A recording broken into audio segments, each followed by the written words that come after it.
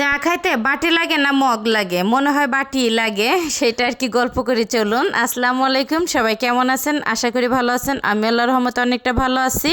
তো রাত 9:30 তখন বাজে। তো হঠাৎ করে আমার হাজব্যান্ড আমাকে ফোন দিছে যে ভিডিও কলে হচ্ছে ফোন দাও, দেখো কোথায় আসছি। তো সে যখনই বলছে তখনই হচ্ছে ভিডিও কলে আমি ফোন দিছি। ফোন দেওয়ার পরে দেখি যে সে হচ্ছে বাণিজ্য মেলায় গেছে। তো বাণিজ্য মেলায় যাওয়ার পরে বলতেছে কি কি লাগবে। তো আমি বললাম যেহেতু তুমি মেলায় গেছো, কি উঠছে কি না উঠছে সেটা তুমি ভালো জানো। তো যেটা যেটা ভালো লাগে তো সেটা আর কি নিয়ে আসো। যেহেতু ঘরে মাসাল্লাহ দিলে 2টা রাজকন্যা আছে, তো সুন্দর কিন্তু একটা পুতুল নিয়ে আসছে। আর পুতুলটা পেয়ে কিন্তু আমার ছোট্ট বুড়িটা মাসাল্লাহ অনেক অনেক খুশি সে। আর এই যে বাটি এবং হচ্ছে মগের যে কথাটা বলতেছিলাম, এইখানে কিন্তু হচ্ছে গুঁড়া দুধ চা এবং তার সাথে হচ্ছে মগ বা বাটি, যার যেটা আর কি ভালো লাগবে সেটা আনবে। তো আমার হাজব্যান্ডের সাথে কিন্তু তার একটা হচ্ছে বন্ধু আর কি গেছিলো। যাওয়ার পরে সে হচ্ছে মগ বাদ দিয়ে আর কি বাটি পছন্দ করছে। তো সেইগুলো নিয়ে আর কি বাসায় আসার পরে হচ্ছে হাসাহাসি করতেছিলাম যে সবাই তো হচ্ছে মগে আর কি চা খায়, কারো তো দেখলাম না যে বাটিতে আর কি চা খায়। তোমাদের হচ্ছে আর কি বাটিতে চা খাইতে মন চাইলো কোন হিসাব করে। তো তার বন্ধু আর কি বাটি আনছে, তার তালে তালে হচ্ছে সেও আর কি বাটি নিয়ে আসছে। যাই হোক, আর এই তো এই বক্স ভরা হচ্ছে আর কি বাচ্চাদের খাবার। এই খাবারগুলি কিন্তু আমার অনেক অনেক হচ্ছে পছন্দ। এমন হচ্ছে একটা বক্স ভরে মনে হয় 4 থেকে আর কি 5 বছর আগে আর কি লুডুস আনছিল। আমার মনে হয় যে 2-6 মাস লাগছে আর কি খেয়ে ফুরাইতে, কারণ লুডুস তো সবসময় আর কি খাওয়া যায় না। তো এতে আর কি দেখলাম সেম একই হচ্ছে বক্সে আর কি বাচ্চাদের অনেক ধরনের আর কি খাবার। তো খাবারগুলি দেখে আর কি খুবই ভালো লাগতেছিল। আর বিশেষ করে হচ্ছে আর কি মাসাল্লাহ দিলে আমার বাচ্চারা অনেক অনেক খুশি হয়েছে খাবারগুলি পেয়ে। আসলে আর কি বাচ্চারা কিন্তু এই ধরনের খাবার পেলে প্রতিটা বাচ্চা আমার কাছে মনে হয় যে অনেক অনেক আর কি খুশি হয়। যাই হোক, আর দেখা যায় সে যেখানে যাক না কেন আমার কাছে আরও ভালো লাগে, কারণ বাহিরে আমি একটু কম যাইতে পছন্দ করি। সে কোথাও গেলে আমাকে যখন ফোন দেয় যে কী আনবো ভালো কি মন্দ, আমি জানি তাকে বললে জেট পর্যন্ত সে নিয়ে আসবে। তো আমাকে বলতেছিল যখন আর কি মেলায় গেছি ম্যাক্সিমাম হচ্ছে আর কি দোকানটা আর কি বন্ধ করে দিতেছিল।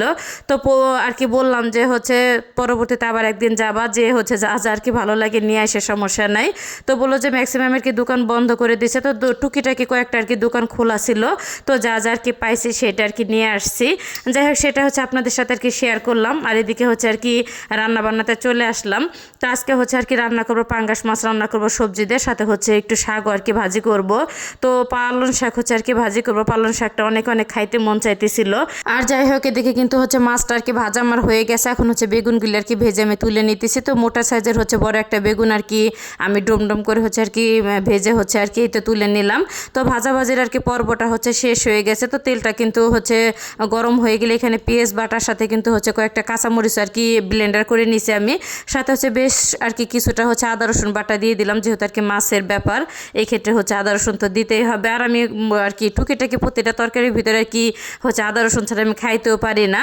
আর এদিকে কিন্তু শুকনা যে যে মশলা প্রয়োজন সব মশলাগুলি কিন্তু দিয়ে সুন্দরভাবে হচ্ছে মশলাটা আমি কষিয়ে নিছি।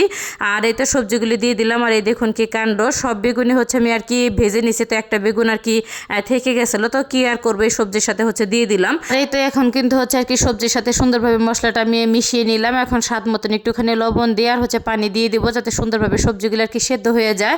আর হচ্ছে শীতকালীন সবজি কিন্তু সেদ্ধ হইতে আমার সময় লাগে না, কারণ সবজিগুলি কিন্তু খুবই আর কি ভালো। আর এদিকে কিন্তু হচ্ছে সবজিগুলো আর কি সেদ্ধ আর কি হয়ে গেছে। এখন হচ্ছে ভেজে রাখা বেগুন এবং মাছটা আর কি দিয়ে দেব।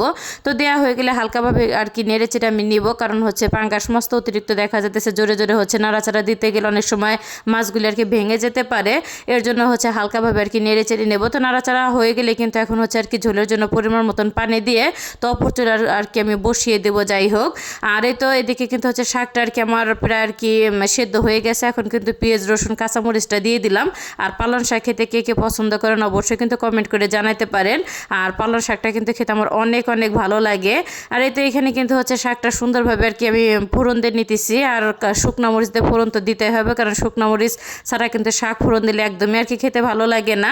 তো এই তো সুন্দরভাবে আর কি ফোড়নটা দিয়ে নিলাম। তো হালকা একটুখানি হচ্ছে পানি আছে, পানিটা শুকাইলে কিন্তু হচ্ছে আমার শাকটা রান্না একদমই আর কি রেডি। তো শাকের কালারটা কিন্তু অনেক সুন্দর আসছে দেখতে, তাই না? আর শাকটা খেতে কিন্তু অনেকটা হচ্ছে মজা হয়েছে। আর এদিকে কিন্তু তো মাছটাও কিন্তু আমার রান্না করা হয়ে গেছে। তো আজকের ভিডিওটা আমি এখানে শেষ করছি। সবাই ভালো থাকবেন, আল্লাহ হাফেজ।